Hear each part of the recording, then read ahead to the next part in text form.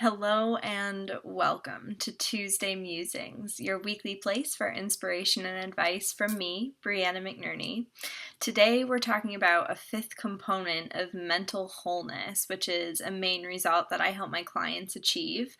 So far in this 6-part mini-series, we've talked about acceptance, body love, clarity, and vibrational awareness as the first 4 components of mental wholeness that I'll be sharing with you here.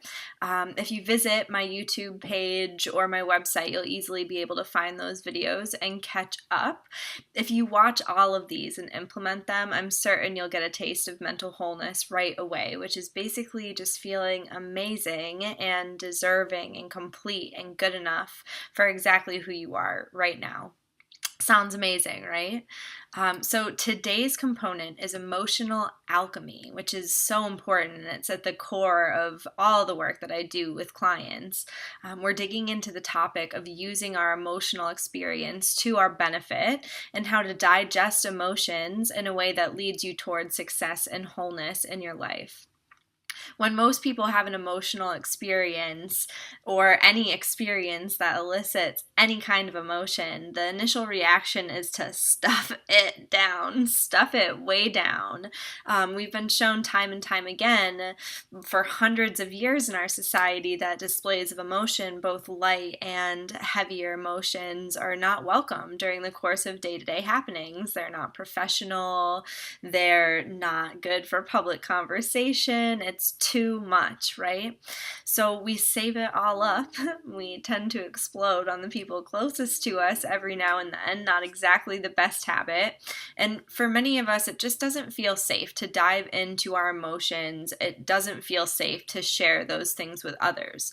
But unfortunately, as I briefly mentioned in the last video, unprocessed emotions that are stored deeply within us, they cause all kinds of problems for us vibrationally. They impact who we're able to be in the world at any given time. And they can even cause us physical discomfort and illness. We end up self-medicating to avoid emotions. We self-medicate them with addictions. Unprocessed emotions, they'll keep us feeling stuck and broken for way too long, and we'll recreate scenarios to experience the same painful emotions over and over and over again to create an outlet for those feelings when they build up and become too much, when they're literally spilling over because we've stuffed down so much that we're just at capacity. We can't take anymore. Unless we start actively unpacking so we can clear the decks and start processing emotions in the moment as they come. That's when they can become very beneficial for us. So when we get into the habit of expressing and alchemizing our emotions in each moment in real time as they come up, we don't need those emergency outlets that aren't that fun to experience because they don't have a chance, the emotions don't have a chance to build up. So the process to alchemize your emotions, which is basically to digest them into something that's magical that you can use. The process to do this is essentially to lean into what you're feeling, fully experience the emotions that are coming up, let them come full circle and be expressed, and then learn a lesson about what you need moving forward.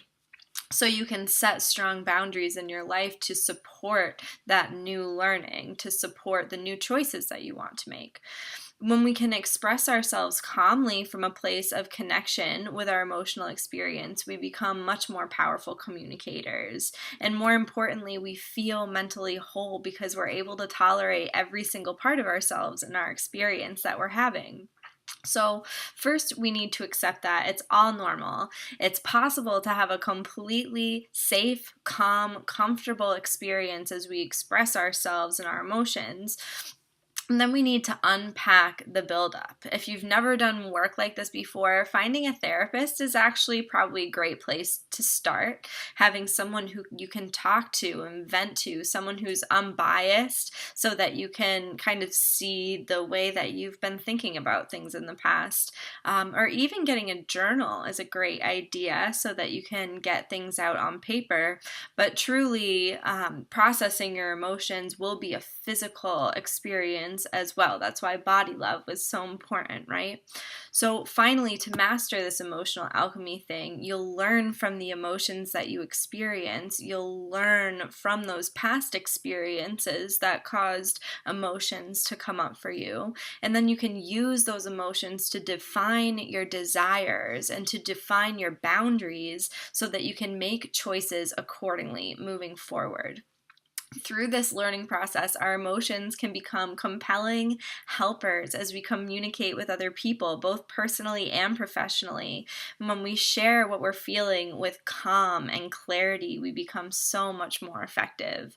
So, to be able to use our emotions as a benefit in that way, though, this component of mental wholeness, emotional alchemy, is absolutely essential. So please leave a comment below and tell me what you think. I would love to hear from you. And I'll be back next week with the final component of mental wholeness that I'll be sharing here in these Tuesday Musings videos. So make sure to subscribe on YouTube or connect wherever you are right now if you want to stay in the loop. And until then, I hope you have an amazing week. Take care. Bye.